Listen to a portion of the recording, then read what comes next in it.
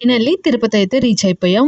గుంటూరులో మేము 4:30కి ట్రైన్ ఎక్కితే ఇక్కడికొచ్చేటప్పటికి ఎగ్జాక్ట్‌గా 3:00 అయింది. ఇంకా 3కొచ్చేసాము. బాగా చలిగా ఉందేసని చెప్పేసి కాఫీ తాగుదామని బయటికిలా వచ్చాము. జస్ట్ ఇది స్టేషన్ ఎదురే. ఇంక మా వాడికి ఇంకా నిద్ర మత్తు పోలేదు. ఇంక అలానే ఎత్తుకొనున్నాడు. నేను తిరుపతిలో ఒక చిన్న సజెషన్ ఏంటంటే ఇది waiting hall, AC rooms, general బయటుంటాయి. ఇది జస్ట్ పర్ అవర్‌కి ₹50 చార్జ్ చేశారు. నాకైతే వర్త్ అనిపించింది. పర్ పర్సన్ పర్ అవర్ ₹50 అనమాట. ఇక్కడ ఒక 2 అవర్స్ స్పెండ్ చేసాం. అంటే నెక్స్ట్ వీళ్ళ ఫ్రెండ్స్ వాళ్ళతో మేము యాడ్ అయ్యి వెళ్తున్నామనమాట. వాళ్ళ ట్రైన్ వచ్చేసి 5:00కి మాకొచ్చి 3కే వచ్చేసింది. ఇంకా నెక్స్ట్ వ్యాన్‌లో అయితే ఇలా బుక్ చేసుకొని తిరుపతికైతే స్టార్ట్ అయిపోయాము. ఇక్కడ వ్యాన్‌లో వెళ్ళిన తర్వాత స్టార్టింగ్ చెకింగ్ అయితే ఉంటుందంట. ఇక్కడ ఆపేశారు మమ్మల్ని సైడ్‌కి. ఆపేసి మేము మొత్తం లగేజెస్ తీసుకొని మళ్ళీ నార్మల్‌గానే నడుచుకుంటూ వెళ్ళిపోయాము. ఇంకా వ్యాన్ మొత్తం చెకింగ్ చేసుకొని మమ్మల్ని కూడా ఒకసారి చెక్ చేసేసారు.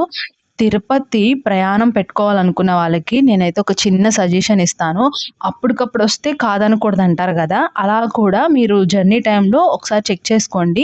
మేము చేసిన మిస్టేక్ అయితే మీరస్సలు చెయ్యొద్దు. మేము టికెట్స్ తీసుకోవడం మిస్ అయిపోయాము. ముందుగానే కింద అలిపిరి దగ్గర అంటే స్టార్టింగ్ బస్ స్టాండ్ దగ్గర ఇస్తారంట. నేను అయి మిస్ అయ్యాను. బట్ మీరైతే ముందుగానే ఒకసారి ఎంక్వైరీ చేసుకొని రండి. లేదంటే చిన్న పిల్లలతో వచ్చిన వాళ్ళైతే చాలా ఇబ్బంది పడతారు. నేను ఏమేం ఫేస్ చేశానో నెక్స్ట్ వీడియోలో గూడా కంటిన్యూ చేస్తాను. ఇక్కడ ఘాట్ రోడ్‌లో మొత్తం వెళ్ళిన తర్వాత ఈ బొమ్మ చూసారా? కింద కొనిచ్చేదాకా వదలలేదు. ₹100 అంట ఆ కారు. ఇంకా లోపలికైతే వెళ్ళిపోయాము. ఎక్కడికెళ్తున్నామంటే తలనీలాలు ఇద్దామని ఎళ్తున్నాము. నేనైతే కత్తెరలు ఇస్తున్నాను.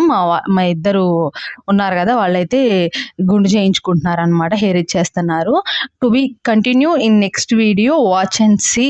చాలా ఫన్నీగా ఉంటుంది. బట్ ఎలా చేయాలి? ఏం చేయకూడదు? మేము చేసిన మిస్టేక్స్ ఏంటో గూడా నేను క్లియర్‌గా ఎక్స్‌ప్లెయిన్ చేస్తాను.